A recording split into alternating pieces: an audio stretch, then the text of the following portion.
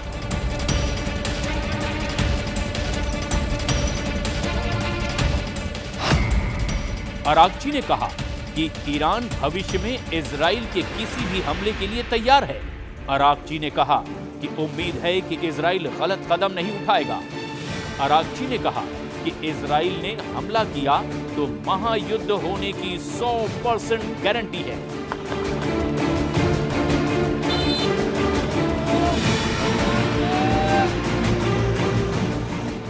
इस वक्त ईरान और इजराइल के बीच टेंशन सबसे बुलंद है।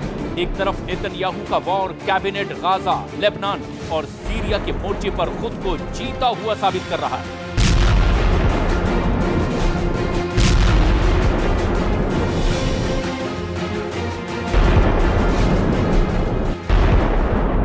तो वहीं दूसरी तरफ ईरान के सर्वोच्च नेता अली खामनेई ने सीरिया में इजराइल और आतंकी ग्रुप हयात तहरीर अल शाम के सरगना जुलानी को सबक सिखाने वाले मिशन पर अपनी मुहर लगा दी है।